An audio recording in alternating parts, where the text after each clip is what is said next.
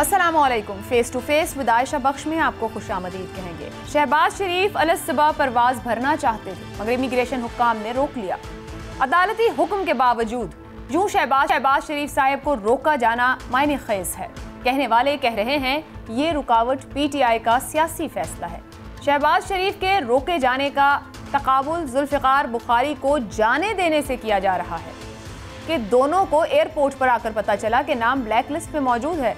फिर आगे की कहानी मुख्तलिफ है। जुल्फ़िकार बुखारी को एक कॉल पर जाने दिया गया और शहबाज शरीफ को एक परवाने के होते हुए भी रोक लिया गया कि रोकने का ऐलान फवाद चौधरी भी कर चुके थे। प्रोग्राम में जो मेहमान मेरे साथ मौजूद हैं, हुकूमत की नुमाइंदगी कर रहे हैं वज़ीर मुमलिकत बराए इत्तलात फ़ारूक हबीब साहब, मुस्लिम लीग नून से डॉक्टर तारिक फजल चौधरी साहब हमारे साथ हैं, पाकिस्तान पीपल्स पार्टी से सस्ती पलेजो साहिबा प्रोग्राम का हिस्सा हैं। आप तीनों मेहमानों का बहुत शुक्रिया। तारिक फजल चौधरी साहब, आपसे पूछ लेते हैं कि जो कुछ हुआ इतनी जल्दी क्या थी? रात के अंधेरे की बातें करते हैं कि जाने की कोशिश की गई, प्रॉपर कोर्स नहीं इख्तियार किया गया, पहुंचने थे आगे तक कि आपकी दरख्वास्त जानी थी, रोक लिया गया है। अभी NCOC के नीचे इदारे भी बंद हैं। क्या रास्ते हैं नून लीग के पास?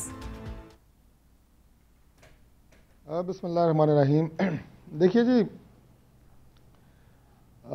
जो लाहौर हाई कोर्ट में शहबाज शरीफ साहब ने जो दरख्वास्त दायर की और उसके नतीजे में लाहौर हाई कोर्ट ने जो उनका नाम ब्लैक लिस्ट में था, और ब्लैक लिस्ट आप जानते हैं कि ब्लैक लिस्ट में कभी सियासतदानों के नाम नहीं डाले जाते, ख़ास तौर पे वो लोग जो ज़ाहिर है पाकिस्तान में एक नुमाया सियासी मकाम रखते हों, मुल्क के वज़ीर आला रहे हैं और उसके अलावा इस वक्त मेंबर कौमी असम्बली न सिर्फ हैं बल्कि लीडर ऑफ अपोजिशन है।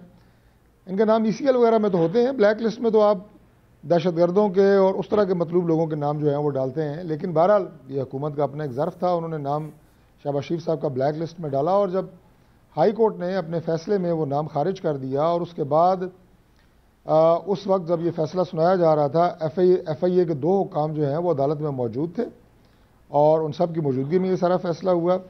जब हाई कोर्ट ने ये फ़ैसला सुना दिया तो उसके बाद हाई कोर्ट के जो registrar, deputy registrar, additional registrars, ज़ाहिर है कि उनकी ज़िम्मेदारी होती है कि वो ये फ़ैसला जो है मुतलका इदारों तक पहुँचाएँ।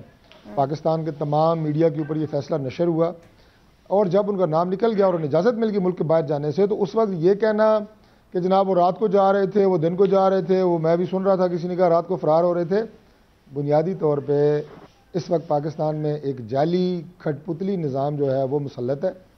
सिवाय बातें और गुफ्तगू करने के लिए कुछ नहीं आता। ये जाली और हादसाती लोग हैं, हादसे के नतीजे में पाकिस्तान पर मुसल्लत हैं, लिहाजा ये इसी ज़र्फ़ और इसी गुफ्तगू का मुजाहरा करते हैं जो ये करते आए हैं। ठीक है फ़ारूक हबीब साहब, शहबाज शरीफ की जमानत होना और फिर ये टिकट दिखा के लंदन रवानगी का फैसला, क्या हुकूमत समझ रही थी ये मुमकिन होगा, एक्सपेक्ट कर रही थी, या गैर मुतवक्के रहा ये पूरी सूरत हाल 2 दिन की हुकूमत के लिए? देखिए, पहली बात तो ये है कि बुनियादी तौर के ऊपर ये समझ लेना चाहिए कि शहबाज शरीफ कोई ऐसा मामला नहीं है कि कोई आम शहरी है वो मुल्क से बाहर जाना चाह रहा था और उसके कोई आइनी हकूक़ सलब हो गए हैं, कोई उसकी आज़ादी को सलब कर लिया, बल्कि शहबाज शरीफ के ऊपर 7 अरब रुपए का जो नैब का केस है वो मौजूद है। शहबाज शरीफ के ऊपर FIA जो है वो अरबों रुपए की TTs की अलग से तहकीकात कर रहा है और 1990 के अंदर 25 लाख असासे वालों के जो डिक्लेयर्ड बाद में पता चला कि 7 अरब के 2018 में असासे हैं, और ये तो टिप ऑफ द आइसबर्ग है। इसके अलावा बेशुमार ऐसी टीटियाँ जो हैं वो सामने आईं। जो 3 बार मुल्क का वज़ीर आला रहा हो वो जो है एहतसाब से राह फ़रार इख्तियार करके इलाज का बहाना करके रात के अंधेरे में मुल्क से फ़रार होने की कोशिश कर रहा था। अब मैं आपके सामने एक मामला रखे देता हूँ। देखें मामला क्या है। मामला ये है कि एक तरफ कहते हैं तौहीन अदालत हो गई। मैं इनसे ये सवाल पूछता हूँ कि वही इस्लामाबाद हाई कोर्ट जिसने नवाज शरीफ को बेल दी, उसी इस्लामाबाद हाई कोर्ट ने नवाज शरीफ को वापस बुलाया लेकिन नवाज शरीफ वापस नहीं आए, और उसी इस्लामाबाद हाई कोर्ट को उनको मफरूर और इश्तिहारी और एब्सकॉन्डर डिक्लेयर करना पड़ा और वो जुडिशल कस्टडी में थे, सज़ा हुई थी, 4 हफ्तों की ज़मानत करवा कर उनको इजाज़त मिली थी बाहर जाने के लिए। तो क्या उस वक्त तौहीन अदालत नहीं हुई? और दूसरी चीज़ ये है कि अब जब कोई शख्स ज़मानत पे छोड़ा जाता है तो वो अगर अदालती हुक्मनामे के मुताबिक वापस ना आए तो उसके जामिन को पकड़ा जाता है। नवाज शरीफ के जो जामिन हैं वो शहबाज शरीफ हैं। 4 हफ्तों का स्टाम्प पेपर उन्होंने लिख के दिया था। नवाज शरीफ तो 1.5 साल से ऊपर हो गया, ना कोई इलाज करवाया, ना कोई रिपोर्ट जमा करवाई, मुल्क से बाहर है। क्या ये सवाल शहबाज शरीफ से नहीं होना चाहिए? उसी तरीक़ाकार से पहले जो है वो ज़मानती बाहर जा रहा है, उसके बाद जामिन भी बाहर जाने की कोशिश कर रहा है। क्या इन्होंने प्रोसीजर और प्रोसेस को फॉलो किया, या इनको ये डर था कि FIA जो है वो किसी और अदालत के अंदर, हायर कोर्ट के अंदर जाकर अपील में ना चला जाए और हमारा जो राह फरार का मंसूबा है वो चौपट ना हो जाए, हमें मुल्क के अंदर ना रुकना पड़ जाए। साहब कह रहे हैं FIA के दो लोग बैठे थे ना, वो वहां इतराज कर सकते थे। एक मिनट देखें, नहीं देखें, एतराज की बात नहीं होती। मामला तो ये है ना, लोगों का बैठना या नुमाइंदगी करना वो तो एक अलग मामला है ना। बात ये है कि वो फैसला क्या प्रॉपर चैनल के जरिए कन्वे हो गया, DG FIA के पास पहुंच गया। फिर मैं इससे बढ़ के और आसान कर देता हूँ आपके लिए मामले को। बड़ा सादा और सिंपल मामला है कि बरतानिया जा रहे हैं, इधर कोविड की लगी हुई है, बरतानिया को पाकिस्तान ने रेड लिस्ट के अंदर डाला हुआ है, आप ट्रैवल ही नहीं कर सकते, ट्रैवल रिस्ट्रिक्शंस हैं वहाँ पर।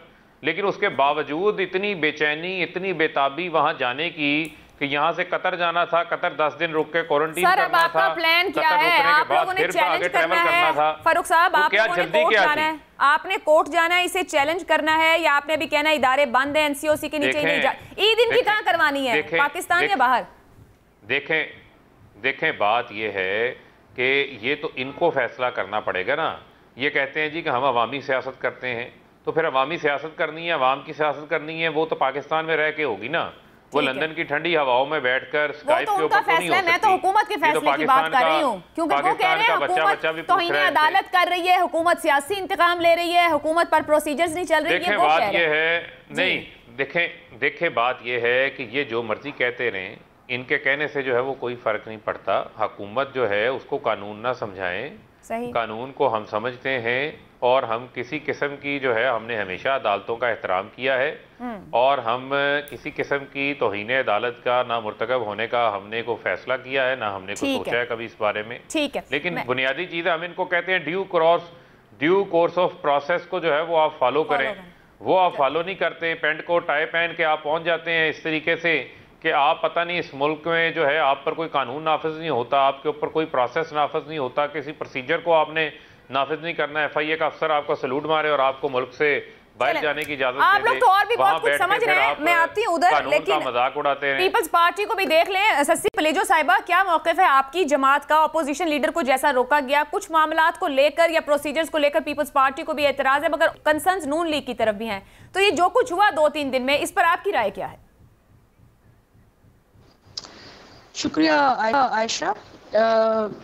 देखिए, कोर्ट ने मोहतरम शहबाज शरीफ साहब को इजाज़त दी थी, और हमें ये मालूम है, सियासी रेफरेंसेस या दूसरी चीज़ें अपनी जगह, बहरहाल वो अपोजिशन के लीडर हैं कौमी असम्बली में, और ये हमें पता है कि उनकी तबीयत जो है वो वाकई उनको ज़रूरत होती है बाहर जाने की, जिस तरह सामने है चीज़ें, और वो जाते रहते हैं। जब वो वज़ीर आला भी थे पंजाब के, या फिर अपोजिशन लीडर भी थे, फिर नैब की कार्रवाइयाँ जो हुई, आपने देखा अपोजिशन के जो भी सरकर्दा रहनुमा हैं, पाकिस्तान पीपल्स पार्टी के हों या नून के, उनको जो है जेलों में डाला गया। बहरहाल नून के साथ अदलिया का रवैया कितना नरम या सख्त रहा है वो अलग चीज़ है, लेकिन जहाँ तक इस पर्टिकुलर केस का ताल्लुक है और जिस तरीके से रोका गया है, मेरे ख्याल में एक दफ़ा उनको इजाज़त अगर मिल गई है तो फिर PTI को कौन सी जो है वो स्कोर उनके साथ सेटल करना है, या एक चीज़ की हद होती है मेरे ख्याल में। तो इसको उनको इस तरह रोकना मैं समझती हूँ कि ये ठीक नहीं था, और सबको पता है कि शहबाज शरीफ साहब जो है उनको कैंसर जैसी एक बीमारी आपकी गुफ्तगू में 2 एंगल्स हैं, आप खुद बात करिए। आपकी जमात की जानिब से शहबाज शरीफ की जमानत बाहर जाने को लेके माजी में भी, जब वो पिछली बार भी गए, डील और ढील की बातें की जाती रही। राइट नाउ जब उनकी जमानत हो रही है, वो बाहर जा रहे हैं, क्या पीपल्स पार्टी के नजदीक इस पे कोई डील ढील का तासुर नहीं है? जेन्युइन केस है, उन्होंने अप्लाई किया, मिली और वो जाए। अब मैं इस एंगल से सवाल पूछी हुकूमत को रखते हुए साइड पे। आयशा, मैंने पहले ही कहा कि यहाँ 2 चीज़ें हैं, एक तो बीमारी को लेकर चेकअप के लिए बाहर जाना और अदालत ने इजाज़त दी हो तो फिर उनको रोकना, ये जारी बात है एक विक्टिमाइजेशन सी नजर आती है। अब आए अदलिया के हवाले से, तो जारी बात है बहुत सारी चीजें आप कहना भी चाहें तो हमने तो हमेशा एहतराम किया है, लेकिन ये हकीकत है कि अगर आप नून लीग को कंपेयर करेंगे पाकिस्तान पीपल्स पार्टी से या उनके केसेस से, तो बहरहाल हमें उस तरह रिलीफ या जो हमारा हक बनता था उस तरह नहीं मिला।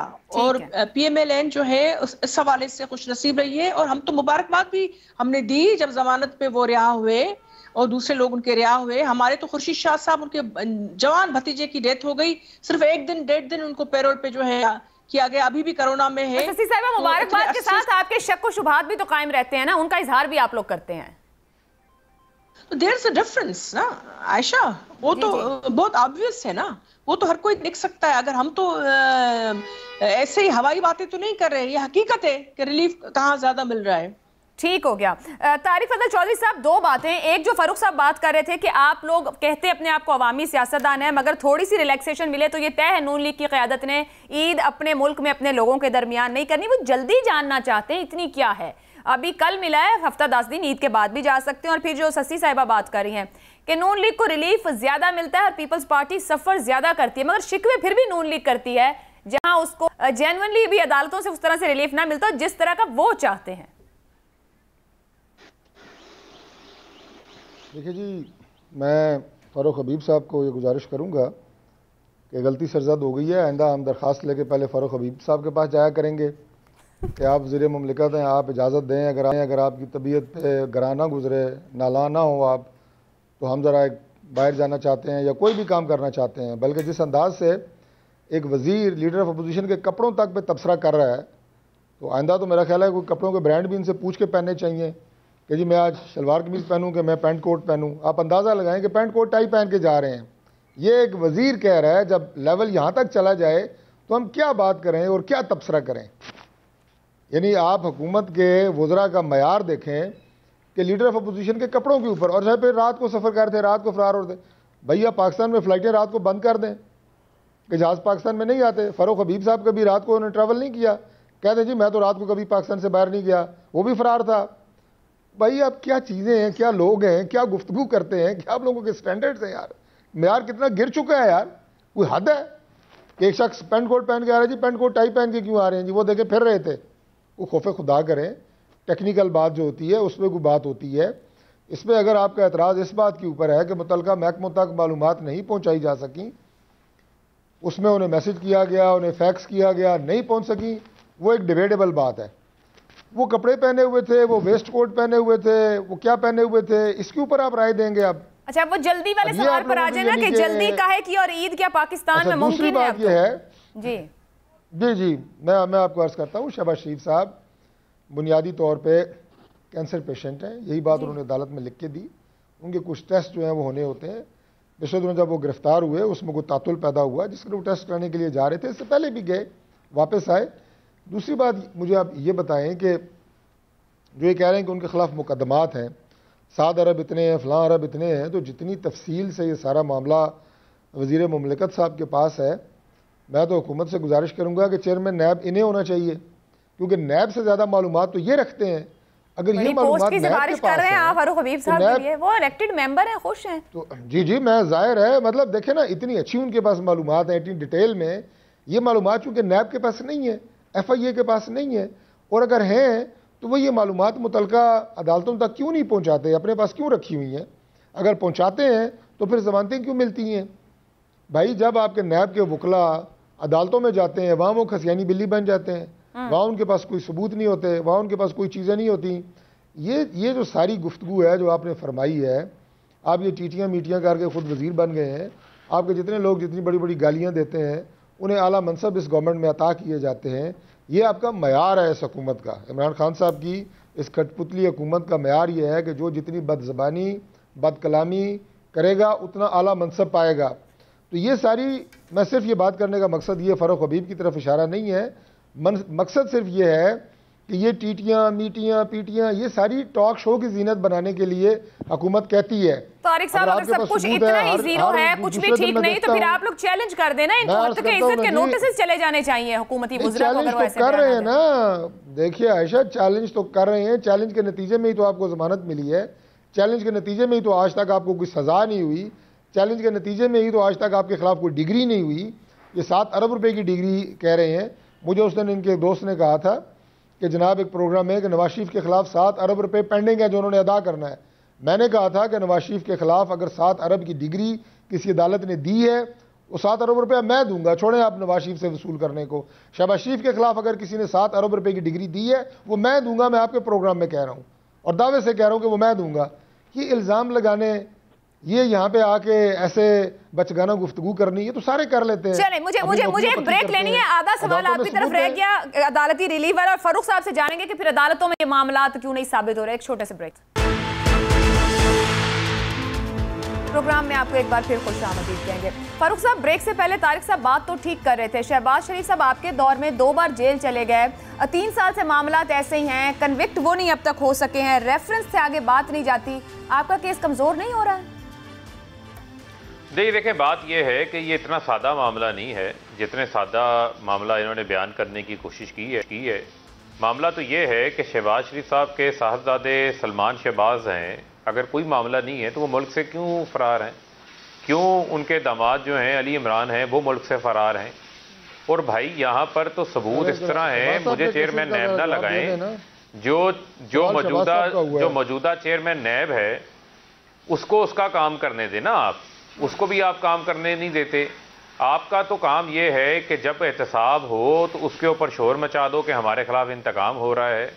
आपने हमेशा जो है वो NROs की सियासत की है। NRO लेते थे, NRO लेके केसेस खत्म करवाते थे, मुल्क से बाहर चले जाते थे, जो परवेज मुशर्रफ से लिया था। जब जवाब ना हो ना, नहीं तो एक मिनट, अब आप मुझे ना बताएं डॉक्टर साहब, आप नहीं आप बताएं, मैं बता रहा हूँ ना, सलमान शहबाज की बात की है आपने, क्या है NRO कहाँ से आ गया? आप बताएं कि शहबाज शरीफ के खिलाफ केस साबित क्यों नहीं कर सके, ये बताएं मुझे। आप कह रहे हैं केस में पेचीदगी बहुत है, ये सादा मामला नहीं है, कड़ियां दूर दूर तक बिखरी हुई हैं। 10 मिनट लें, 10 मिनट लें, लेकिन बताएं क्यों नहीं साबित किया अभी तक। ठीक है, सुनते हैं फारूक साहब। 10 मिनट लें मेरे भाई, आप 10 मिनट लें। क्या हो गया डॉक्टर? हौसला बहुत है, आप 10 मिनट लें जी फारूक साहब। भाई 10 आप मिनट हौसला कर लेना। आप एंकर तो आयशा बख्श हैं, आपको तो एंकर ना बना दें हम पे। अच्छा ठीक है, पर्सनल नहीं हो आप दोनों। जी फारूक साहब की बात सुनते हैं, तारिक साहब फिर आप रिस्पॉन्ड कर लीजिएगा उस पर। देखें मामला क्या है। मामला ये है कि जो शहबाज शरीफ का मामला है, इसके अंदर जो टीटीज हैं वो पकड़ी गई हैं। अप फ्रंट लोगों की जो कंपनियां बनाई हुई हैं उनके नाम सामने आए हैं। सलमान शहबाज के वो क्लास फेलोज जिनको एडवाइजर बनाया गया पंजाब चीफ मिनिस्टर पंजाब का, उनके अकाउंट्स में से पैसे इनके अकाउंट्स में आए हैं। और जब ये जरा के ऊपर इतना वक्त ज़ाया करेंगे तो केस डिले होता है। सिर्फ आपको एक मिसाल दूंगा कि नवाज शरीफ पनामा केस के अंदर जो DG FIA मौजूदा हैं, उस वक्त JIT के सरबराह थे वाजिद ज़िया, ख्वाजा हारिस इनके वकील थे। उन्होंने 2 महीने यानी 60 रोज़ जरा की थी, और ये जरा करके टाइम बाय करते हैं और ये तासुर देने की कोशिश करते हैं कि फैसले नहीं होते। अगर ये कोई डिले है तो ये हमारे सिस्टम का इनबिल्ट डिले है। अदरवाइज मुझे आप ये बताएं कि जब शहबाज शरीफ ने अपनी जमानत लाहौर हाई कोर्ट से खुद वापस ली थी, इस बार जब गिरफ्तार हुए थे उन्हें पता था कि उनकी जमानत कैंसिल होने लगी है। ससी पिलेजो साहिबा, थोड़ा आपसे, पंजाब के अंदर पीपल्स पार्टी वस्ती पंजाब की तंजीम तहलील होगी, खुशाब के इंतखाब से इसको जोड़ा गया कि वहाँ की नाकामी वजह है। आपकी लीडरशिप उसको नाकामी को भी एक वजह कह रही है, फिर वहाँ पे ये भी कहते हैं कि PDM के उसूल के तहत सेटल किया गया था कि नून लीग को सपोर्ट किया जाएगा। फैक्चुअल कंडीशन क्या है पंजाब में इस वक्त आप लोगों की? आयशा, बड़ा अहम सवाल है। पंजाब में ये हकीकत है कि 2008 के बाद और फिर 13 में भी हमने स्पेस मुस्लिम लीग नून को ज़्यादा दे दिया, और हमारी वहाँ की लोकल तंजीम जो है बहुत सारे लोग इससे जो है वो फील कर रहे थे कि हमें जो है वो बिल्कुल हम कंपटीशन में रहे हैं और रहना चाहिए था, हमारा अपना स्पेस था। लेकिन इस वक्त जो तहलील हुई है वो 3 साल चूँकि पूरे हुए हैं, और सबको पता है कि तंजीम साजी में पाकिस्तान पीपल्स पार्टी आगे पीछे, लेकिन सूबों में जो है, और उसमें फिर तंजीम साजी के लिए ऑर्गेनाइजर्स जो है वो रखे जाते हैं। राजा परवेज अशरफ साहब को जो है वस्ती पंजाब के लिए जो है चीफ ऑर्गेनाइजर तनवीर सल्द के लिए जो है वो चेयरमैन बिलावल भुट्टो जरदारी साहब ने उनको सिलेक्ट किया, अपॉइंट किया है। तो अब जो है आगे उससे ज़रूर अनाउंसमेंट्स होगी और मैं ये ज़रूर कहूँगी कि कमर जमा कायरा हो या चौधरी मंजूर साहब हो या उनकी टीम, उन्होंने बहुत ही हवालों से जो है वो डट कर मुकाबला किया है, बड़ा अच्छा पार्टी का केस लड़ा है, काम किया है। मुश्किल हालात में भी उनकी जो कॉन्स्टिट्यूंसीज है अगर धांधलियां नहीं होती तो ये जीती हुई थी। सस्ती साहिबा, पीपल्स पार्टी की वो तंजीम साजी नजर नहीं आती। अगर हुकूमत साजी के लिए वफाक जाना हो तो पंजाब में काम जरूरी है, मगर हमें पीटीआई दिखाई देती है इस वक्त। मुस्लिम लीग नून और पीटीआई बिल्कुल ऐसे नेक टू नेक जहाँ पे जमनी भी जो हो रहे हैं। Peoples Party is nowhere. So ji Ayesha, हमने ये हकीकत है कि 2008 के बाद हमारे लोगों ने बिल्कुल ये महसूस किया था उन्होंने कि उनके 2013 में कि भाई और 8 में भी इस पे ज्यादा नून लीग को जो है, हालांकि हमारा काम ज्यादा था लेकिन लोगों को, हमारे कारकुनों को जिस तरीके से विक्टिमाइज किया गया तो वो समझते हैं कि वो ज्यादा हमें जो है वो हमें एग्रेसिव उस पर जो है वो खेलना चाहिए था आगे आकर। लेकिन आपको पता है कि पीपल्स पार्टी हर किसी के मैंडेट का ख्याल करती है, लेकिन बहरहाल हमने उस कंपटीशन को ज्यादा जो है वो उस तरह नहीं लिया। लेकिन पंजाब में कराची में आप पर बड़ा एतराज है, कराची में आपने ख्याल नहीं किया। नून लीग का तो बहुत शिकवा है वहां आपसे, पीटीआई को भी बहुत से शिकवे हैं। आयशा, यही तो अजीब सी बात आ जाती है, जहाँ हमारा जेन्युइनली हकीकी मैंडेट है और कराची में जहाँ धांधलियां हमसे हमारे साथ होती रही तो उस पर तो लोगों ने कुछ नहीं कहा। जब भी कराची में हम जीतते हैं और बड़े जो है मुश्किल हालात में, अब भी आप माजी में भी देख लें, तो फिर हम कोई ना कोई क्वेश्चन मार्क लगाया जाता है। हालांकि पाकिस्तान पीपल्स पार्टी वो वाहिद जमात है जिससे सबसे ज्यादा जो है काम किया हुआ, हालांकि इसको जितना ज्यादा तशरीह की जाए वो भी इतनी ज्यादा मेरे ख्याल में हम लोग नहीं कर सके हैं। आप जो है वो पानी का इशू है तो वो ऊपर से इफ्सा ने बंद किया हुआ है। छक्का इस वक्त मेरे जिला जो है वो बिल्कुल खुश्कसाली में है, मगर फिर भी कराची को हम पानी दे रहे हैं फिर जितना हो सक रहा है। वहां तो आपको पता है कि कोटली डाउन स्ट्रीम में 0.0 है। इस वक्त जो हमारे जिला में जो हालत है वो यू कांट इवन इमेजिन, जब सूरत हाल बहुत ही खराब है, तशवीश ना के और इफ्सा के वन साइडेड फैसले हैं। सस्ती साहब, आपके शिकवे से लगता है कि आपको जिसे कहते हैं ना इक्वल स्पेस मिलना, कि पॉलिटिकल ग्राउंड नहीं मिलता ना सियासी जमातों से ना और अतराफ से, ये शिकवा है क्या आपका? ये नहीं आयशा, हम समझ रहे हैं कि कराची में हमारे साथ हमेशा जो है नाइंसाफी और ज्यादती हुई होती है और कराची के लोग हमारे पसंद करते हैं, चाहे सिंधी हो, बलोच हो, उर्दू स्पीकिंग हो, कच्छी हो, ब्रोई हो, बुरखत हो, ये सारे वहाँ के रहवासी हैं। कुछ इंडिजिनस है, फिर कुछ पाकिस्तान बनने के बाद के आए हुए। बहरहाल हमारे लिए सिंधी और न्यू सिंधी है, सब हम सबकी इज्जत एहतराम करते हैं, लेकिन ये बहुत हमें पड़ा है, हमने ये नशस्त जीती है। ठीक है, तारिक साहब आपकी तरफ आऊंगी। अभी तो ये सस्ती साहिबा जो बात करी, मैं फिर उसी आधा सवाल रह गया था लिंक करूंगी आपसे। जैसे अभी इस वाक्य में देखें जिसको पहले सस्ती ने पॉइंट आउट किया कि आप लोग पहले टिकट करा रहे हैं, फिर आप अदालत जाके रुजू करते हैं कि टिकट हो चुका, फैसला दे दीजिए, जल्दी से जाना है। तो वो यही बात कर रही थी कि रिलीफ आपको ज्यादा मिलते नजर आते हैं। पीपल्स पार्टी की अगर मैं बात करूँ, वो कहते हैं हम कॉर्नर होते हैं। फिर मुस्लिम लीग को तनकीद नहीं करनी चाहिए, जब फैसला हक में नहीं आता ना तो वो फिर तनकीद करनी शुरू कर देते हैं, उनको हर बात फिर इंतकाम लगता है।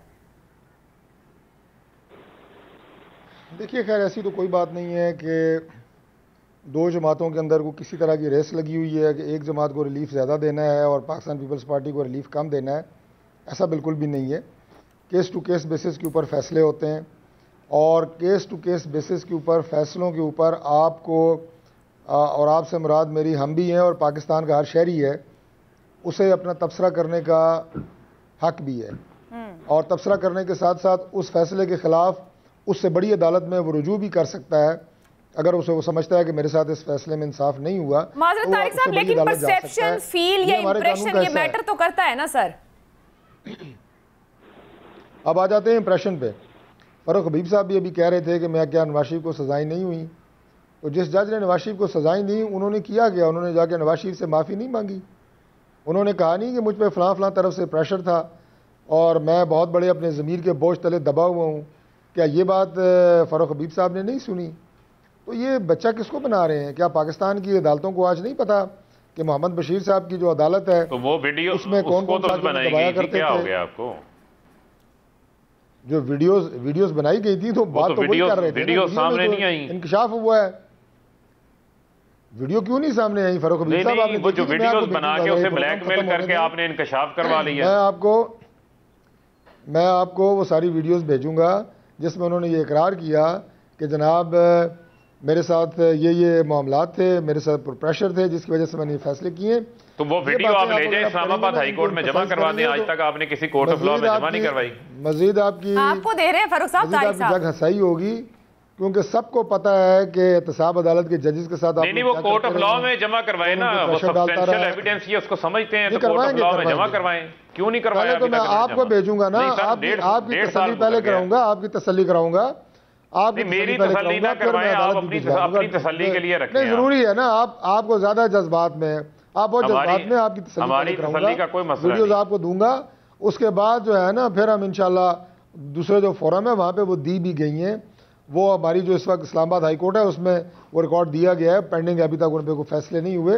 लेकिन मैं सिर्फ ये कह रहा हूँ कि ये सारी बातें हो चुकी हैं, अवाम को पता है कि ये फैसले किस तरह हुए हैं।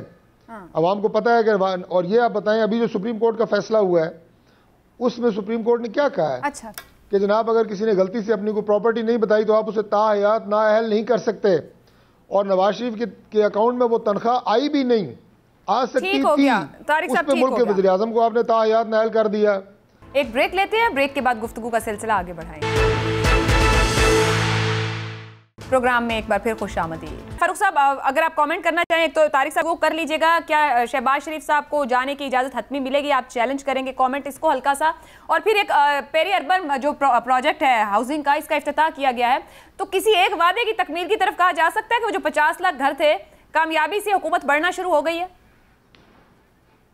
देखें, शहबाज शरीफ का तो जो फैसला होगा वो आने वाले दिनों के अंदर हो जाएगा, लेकिन मुझे तो आवाम की बात करनी है। और आवाम के लिए जो पॉजिटिव चीज़ें हो रही हैं, यकीनन जो कम आमदन वाले अफराद हैं उनके लिए घरों का इनाग्रेशन वज़ीर आज़म साहब ने संगे बुनियाद रखा 10,000 घरों का, और 3% के ऊपर आसान शराइत पे ये 10 साल के लिए कर्जे फराहम किए जा रहे हैं।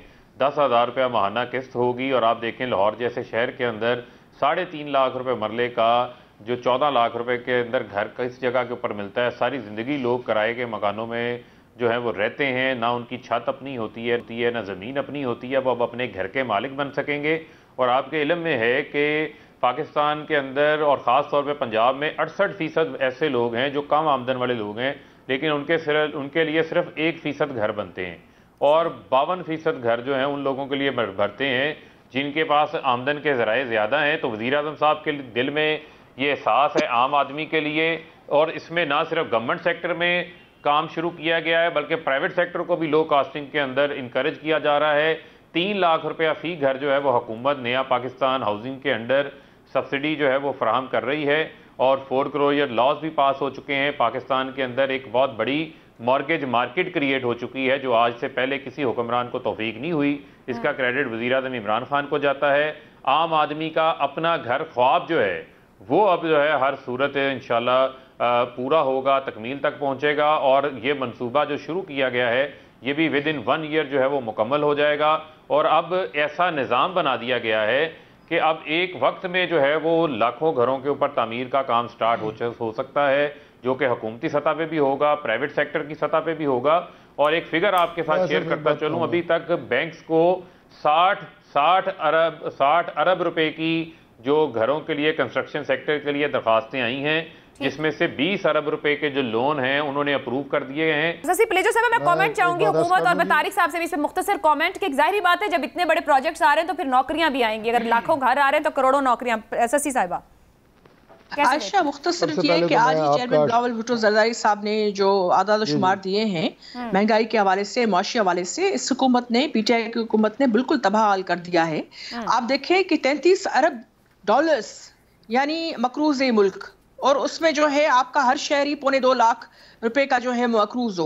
यहाँ सूरत टैक्स के आपने यानी उनका नेट बेस तो अलग, लेकिन वो जो आपने शरह बढ़ा दी है या फिर गैस और बिजली या यूटिलिटी और बिल्स, उससे तो कमर टूट गई है। और उस पर तो ये आपके बजट में, उनकी लास्ट बजट में भी हमारी रिकमेंडेशंस थी पीपल्स पार्टी की, नून लीग की, उनको तो उन्होंने नहीं उसमें किया। आज भी आप देख लें कि 1 महीने में 4 मरतबा वो जो है पेट्रोलियम और बिजली की कीमतें यूनिट बढ़ा नहीं बढ़ी। वैसे ससी साहबा IMF को तो पहले भी आंख दिखा सकते हैं ना, कुछ तो अपने भी कंडीशंस रख सकते थे, लेकिन ये कमर टूट चुकी है आवाम की सीरियसली। और उनको अगर ले डूबेगी तो ये महंगाई ले डूबेगी और मुआशी जो सूरत हाल है इस वक्त करार है। महंगाई मसला बनी हुई है। तारिक साहब, लास्ट कमेंट इनके लैंडमार्क प्रोजेक्ट के ऊपर, अब आने वाली हुकूमतों को भी फॉलो करना होगा। देखिए जी, मैं तो सबसे पहले आपका शुक्रिया अदा करता हूं कि आप प्रोग्राम जो है वो रमज़ान में इफ्तारी के बाद कर रही हैं, वरना जो मेरे भाई फ़ारूक हबीब ने झूठ बोले हैं, अगर ये रोज़े की हालत में बोलते तो ज़्यादा गुनाहगार होते। तो इफ्तारी के बाद गुनाह ज़रा कम मिलेगा इन्हें।